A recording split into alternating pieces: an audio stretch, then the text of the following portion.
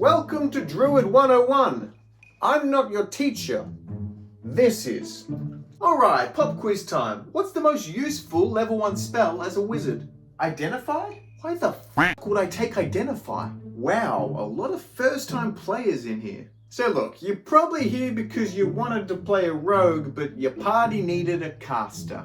Also noticing a lot of multi-classes in here today. Look, I don't know about all of you, but I think it's kind of cool to play an underpowered class. That way, the rest of the party can shine. Wow, there has really been an influx of students in this class since Baldur's Gate 3 came out. Welcome to Anger Management. Oh, I'm sorry. Barbarian 101. So you want to play Sorcerer? Well, here's my question for you.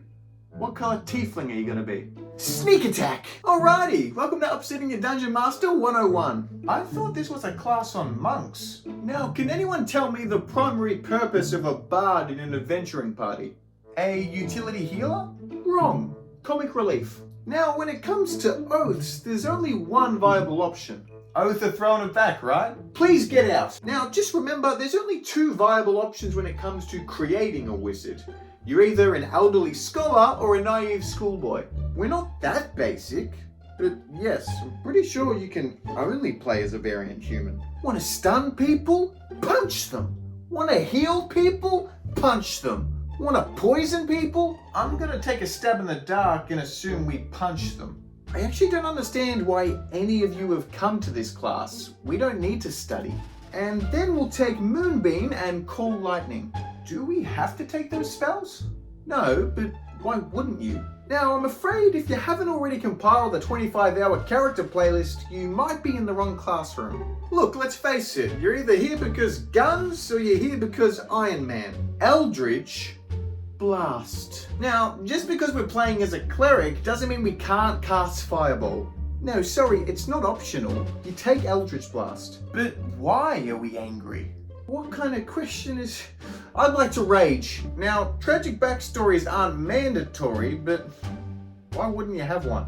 No, there's nothing weird about it. I just like to be called the group daddy. Little known fact about the player's handbook. There's actually a misprint when it comes to wizards because it says the Find Familiar spell is optional. No, you unfortunately heard me right. Even though there's a paladin, cleric, and druid in the party, you're the one who has to take cure wounds. Now, if you don't have copious amounts of plants and moss growing off your character's clothing, are you even playing a druid? I mean, technically speaking, if we just go down the shadow magic route, we're just much more viable warlocks. Well, what good is a baby if it can't throw a grenade? Now, I'm not gonna say you have to play half-orc, but I'm pretty sure they're the only race in D&D. 2 words: Divine Smite. Now, despite the fact that we're going to wear nothing at all, we will have the highest AC in the game.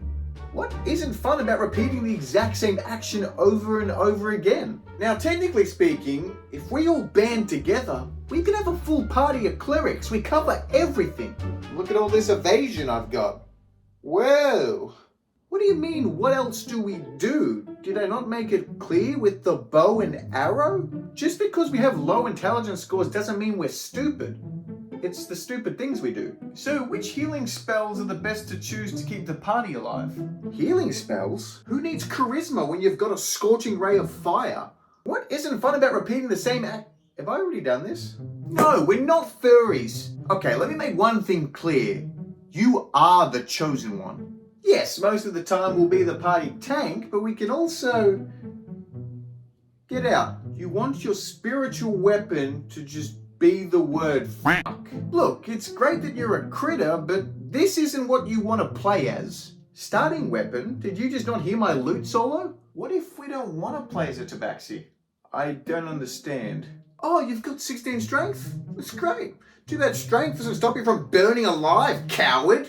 Didn't I just see you in the ranger class? Now, our area of expertise is going to be a very important part of our character creation process that'll come up a total of 1 time during the campaign. Alright, you're gonna have to explain to me who Minthara is. You're the 4th person today to ask for that to be your patron. Doors, walls, and people are made to be punched through. Now, for the only reason any of you have come here, it's time to action surge. Now, this is gonna sound stupid, but we actually want people to shoot arrows at us. You want to play the washboard as your instrument. Now, sorcery points are fucking awesome. Look, I'll be upfront and saying I have no idea what I'm doing.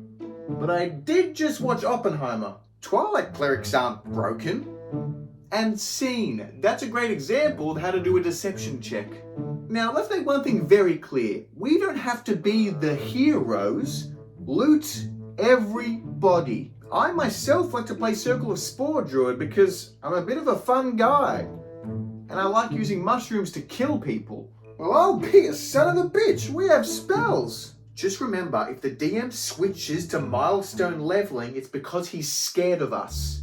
Your backstory doesn't need to be that grim, but it is more fun. No, I totally think that's original. Disgraced member of the Kingsguard? I've never heard that before. Yes, technically we have healing options, but that doesn't mean we're gonna choose any of them. The sad reality is we're kind of like reverse Hulks. No one likes us when we're happy.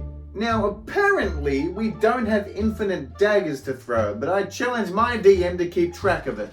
So as for domains, we've got nature, forge, death, twilight, knowledge. What about the life domain? What about it?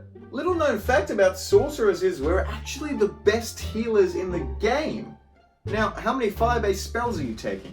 And what's some good ideas for character backstories? Abandoned at a monastery. Look, let's face it, you're either here to get a pet companion or you're going to be multi-classing in 2 weeks. What if I wanted to use spell components instead of an arcane focus?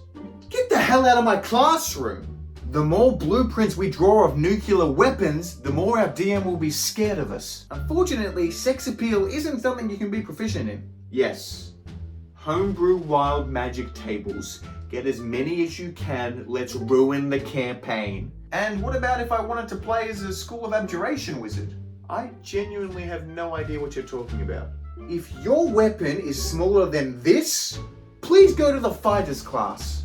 No, warlocks aren't evil. Sometimes they just get in situations where they're in pacts with otherworldly beings who make them do evil things. Can't we just for once break out of the horny bard stereotypes and instead showcase the incredibly unique and powerful builds that this class is incredibly underappreciated for? Are you trying to seduce me? Of course, take speak with animals and speak with plants. Let's see your DM try to make voices for them, eh? Now, no one talks about this enough, but we get to cast spells and do multiple attacks. We're just way better fighters. What do you mean? Religious trauma can be fun? Everything in life can be resolved with your fists. If it ever feels like at any time the DM is targeting you, it's because he is. I'm worried my character's backstory might be a little bit too edgy. I genuinely don't think that's possible. Look, the best part about being a fighter is eventually everyone stops asking questions in combat and just believes us. Gun beats everything. Now, let's practice some interesting character voices. Why would we do that? Because we're definitely going to need something else to bring to the table at some point.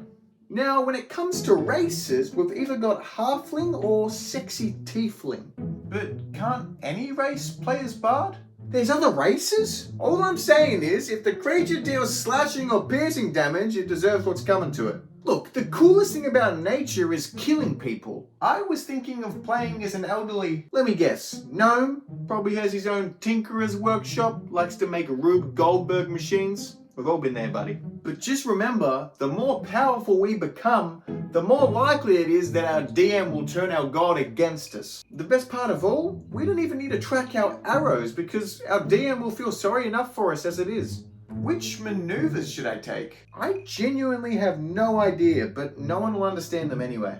Now, I can't stress this enough. It's not our fault that our DM forgot we're just resistant to like everything. And just when the DM thinks there's too much magic in the party, bust out the arcane trickster. And yes, maybe I am level 12 and only have 50 hit points and an AC of 10. I still can deal 200 damage, and as a backup character, guess what? Another wizard. Very weird question, but no, you can't get pregnant while wild-shaped.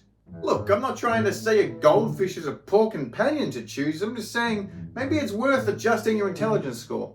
Welcome to Dungeon Masters 101. Oh, I guess it's just me then.